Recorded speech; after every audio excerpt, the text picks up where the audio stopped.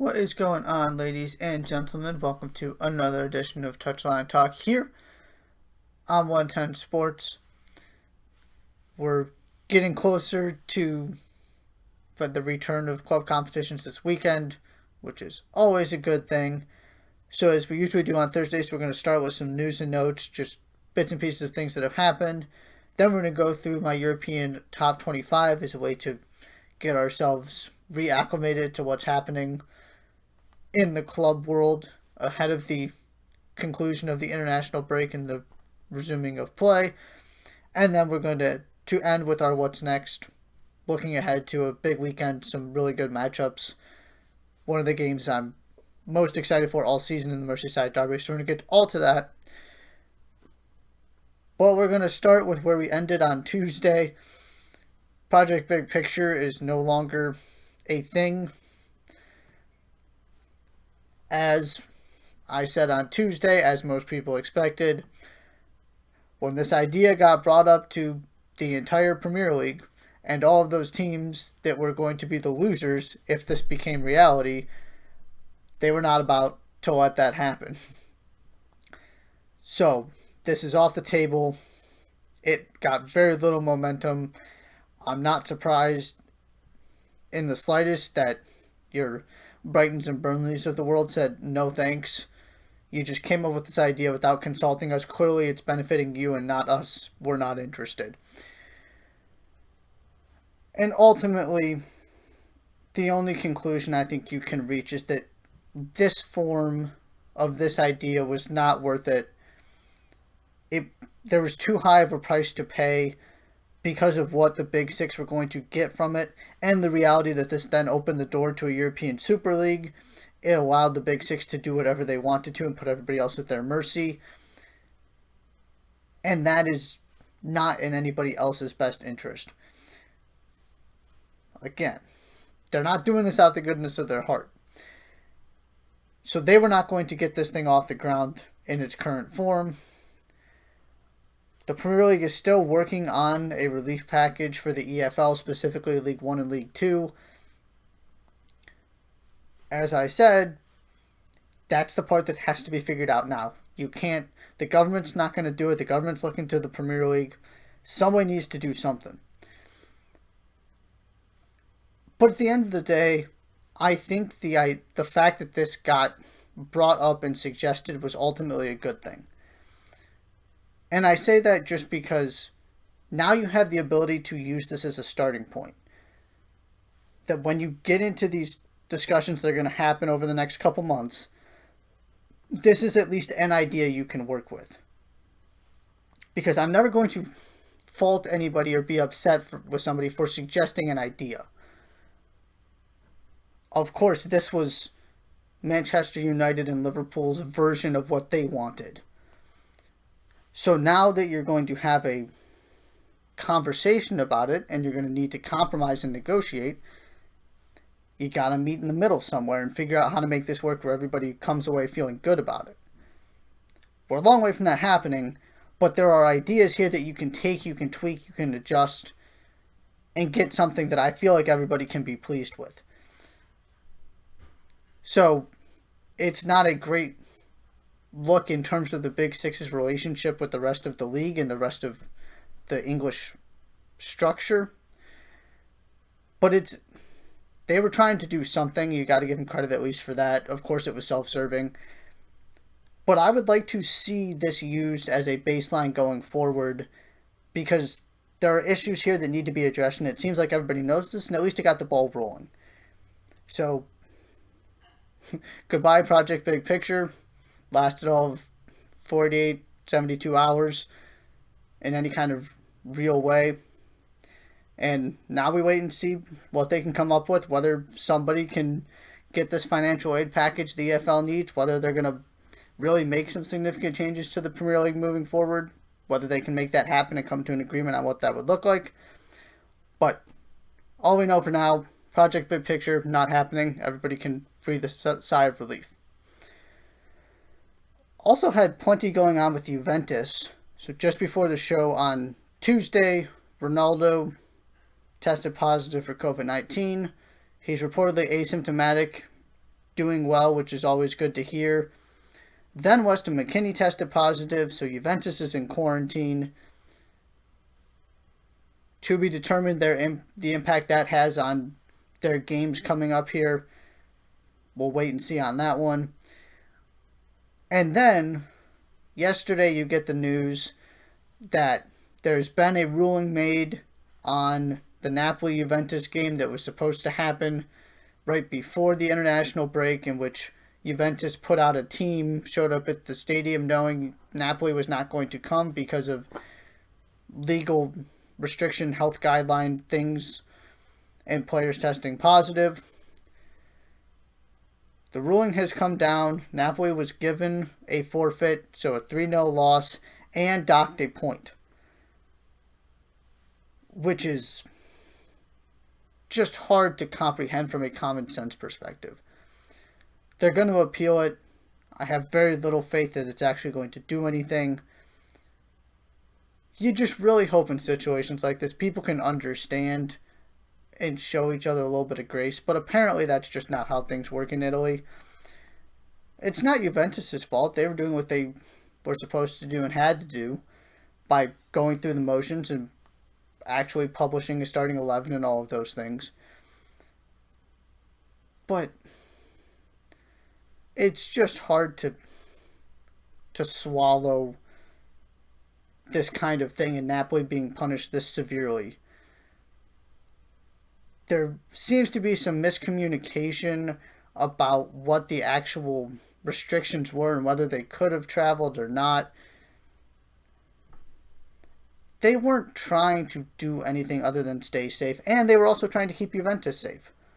That was part of this too, is it's not just about the players that had tested positive, it's about trying to prevent anybody who hasn't tested positive yet who may have the virus from spreading it. They were looking at the people who told them they couldn't go, the team deciding to follow that order. We're looking out for Juventus' best interest too, and ended up getting punished. This is a massive deal in terms of the title race. We're still early in terms of seeing whether Napoli was seriously going to contend or not, but they looked good so far. And not only did you take a bad loss, which maybe you lose to Juventus anyway, of course that's a very real possibility, but also getting docked the point, it's just excessive. It sounds like there's a great deal of frustration generally, and I'm right there with everybody else that's looking at the leadership within the Italian Federation in Serie A going, what is happening right now? Between the incidents you've seen with racial abuse and stuff like this, it's just extremely disappointing at this point. Let's just use some common sense and figure out a way to make this work. But apparently they don't want to do that. So Napoli catches a bad break. Juventus gets a free win. And there you have it. Nations League. Some interesting results over these past couple days.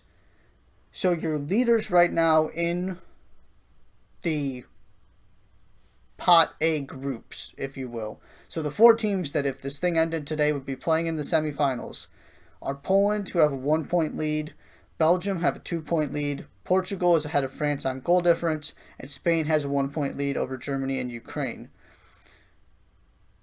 This comes after Ukraine pulls an upset over Spain to get themselves back into this conversation to prevent Spain from running away with that group. And then England goes from beating the top-ranked team in the world, not looking particularly good doing it, but finding a way to beat an albeit somewhat depleted Belgium, but still a very good Belgian team, to losing to Denmark. Harry Maguire gets 2 yellow cards in just over 30 minutes. Christian Eriksen converts a penalty right after the second yellow card. And now all of a sudden Belgium is back atop that group. It's hard to make sense of this England team right now. You don't feel particularly good about what they have at the back. You got Kyle Walker playing in a back three. Maguire is not in good form at all at the moment, both club and country wise. They don't have an Aymeric Laporte, a Virgil van Dijk, one of these elite Premier League defenders to pair with Maguire. That midfield is still not exactly inspiring, and you're not seeing more of your creative forces get a lot of playing time. It's more of your Declan Rices and Jordan Hendersons out there. This team's got a lot of talent. Gareth Southgate's done a good job changing the culture and instilling a belief in a positive energy. But there's some questions about whether this team can take the next level. Ultimately, it's so hard to figure out what to draw from any of these Nations League games for England or anybody else. They're supposed to be somewhere between a friendly and the Euros or World Cup, but teams are experimenting. You're getting guys called up who haven't been before. I just don't know what to make of any of this. But those are your leaders right now. Of course, there's still more games to play. France is going to have every opportunity to find a way to top that group. Poland has plenty of work to do to survive the other teams in their group, but the Netherlands continue to struggle after doing so well in the first edition of this competition. Frank de Boer has not gotten off to a great start in that job. It's been interesting so far, and like I said, I don't really know what to take away from it. But bad result for England, incredibly frustrating. Belgium's right back there at the top. And good for Poland finding a way to just be more consistent than everybody else in their group right now. Then we're going to go to MLS and everything that happened there yesterday. Very strange string of results. Toronto, Orlando, and Philly all draw. Columbus and Portland lose, and Seattle doesn't play. So none of your teams at the top of these conferences got 3 points, and LAFC lost 2. So they all kind of stayed in the same spot because they were all dropping points, and nobody was able to take advantage of everybody else dropping points and pick up 3 of their own. Toronto goes ahead, but Caden Clark, 17-year-old for New York Red Bulls, who they had to do some finagling to get him eligible to play for their first team and then acquire his rights and all of that, but they got it done. He scores again. A phenomenal goal to equalize. Since they've gotten him, he's been terrific. He's absolutely something to keep an eye on. You can see the potential clearly. He's finding a way to score goals for this team. Really, really good performance from him. Really exciting to see. So that's Toronto dropping points. Orlando goes and plays NYCFC. Gets a draw there. Philly goes ahead, is in control against DC, who's not in a good place right now and just fired Ben Olsen. Gives up 2 goals in quick succession. Mark McKenzie scores a rocket, thunderous strike kind of out of nowhere to save them from a terrible loss. Columbus is not doing well dealing with their injuries anymore. It seems like they've hit the point where they can't sustain the form that they were in and can't continue to play well without your Darlington Agbees and Lucas Zellerans of the world. Portland lose to RSL. And that's your midweek MLS action. This league is absolutely known for this kind of thing. It's hard to have any significant takeaways or feel like anything has changed because we're in the same spot where we started. Everybody's just closer to the top than they were. The other thing to note here, that draw did, and the other results did get the Union into the playoffs. This team's been really good all year. They're the second team to clinch. So they're right there behind Toronto. Those two teams are in. To me, the biggest story was honestly Caden Clark and the impact he's had, just because everybody else is, aside from the obvious storyline of none of these top teams won. And there's the other thing to note here, San Jose got another win. They're all of a sudden playing really well after an absolutely awful stretch. This is just MLS at its best. Anybody can take points from anybody at any time. You just don't know what to expect game in and game out. Toronto comes in flying. Red Bulls are still trying to readjust themselves, get themselves acclimated to a new coach, a fresh start. But they find a way to equalize. DC get 2 goals out of nowhere to take a lead. Hang on for a point. Columbus loses to their in-state rival. And then you've got the postponements, which makes this even more complex, because the Rapids still aren't playing games. And it seems like Major League Soccer is pretty determined to keep that MLS Cup date and is willing to go to points per game if that's what it takes to get the playoffs started on time. So the more postponements you have, the more times you see teams not being able to play games, and particularly the Rapids, who I just can't, we're getting to the point where I can't see a world in which they can make all these games up. The more likely it is that you're going to a points per game model, which makes every single game that much more important, because you don't have an opportunity to get that game rescheduled. Especially in the West, if you're playing Colorado here, the Rapids are going to, if they can get a couple more games in, those games are going to determine whether they make the playoffs or not, because they're not going to have an opportunity to play these extra games probably at the end. So all kinds of interesting, strange things happening in Major League Soccer. It's what makes this league what it is. It's why I love it so much. We're getting to the end here. We got teams starting to clinch their playoff spots. Now it's all about positioning, supporters shield, figuring out who those last couple teams in each conference to get in are. And it's gonna be a fun, hopefully it's a fun ride to the finish, and we can get this situation under control in Colorado and get the best teams in the playoffs, because that's always the downside to points per game, is somebody's going to feel like they're hard done by it, not having an opportunity to actually be in control and play those extra games and have an opportunity to make up for a poor start or a bad result or whatever it might be.